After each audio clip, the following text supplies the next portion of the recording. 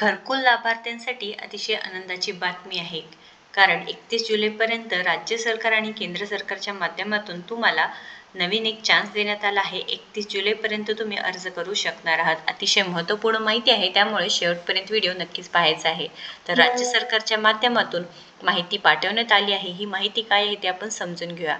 महाराष्ट्र शासन ग्रामविकास अंतर्गत आता ही नवीन जी काही GR आहे, शासन निर्णय आलेला आहे. प्रधानमंत्री आवास योजना ग्रामीण टप्पा 2 अंतर्गत पात्र कुटुंबातील संरक्षणाबाबत आवास प्लस 2024 सर्वे उपरोक्त संदर्भीय जे माननीय संचालक ग्रामीण विकास मंत्रालय भारत सरकार यांनी आवास प्लस 2024चे संरक्षण पूर्ण करण्यासाठी 31 जुलै 2025 पर्यंतची अंतिम मुदत वाढ दिलेली आहे. तर अतिशय आनंदाची बातमी आहे. 31 जुलै 2025 पर्यंत तुम्ही इथे मुदत वाढ दिलेली आहे, याचा लाभ तुम्ही नक्कीच घेऊ शकता.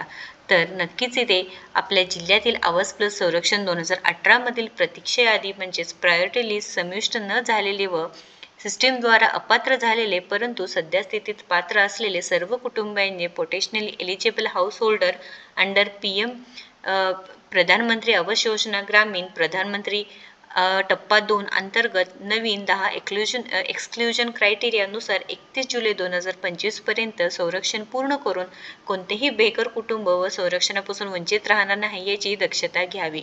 तर अतिशय महत्त्वाचे अपडेट आहे. नक्कीच या व्हिडिओला जास्तीत जास्त शेअर करा.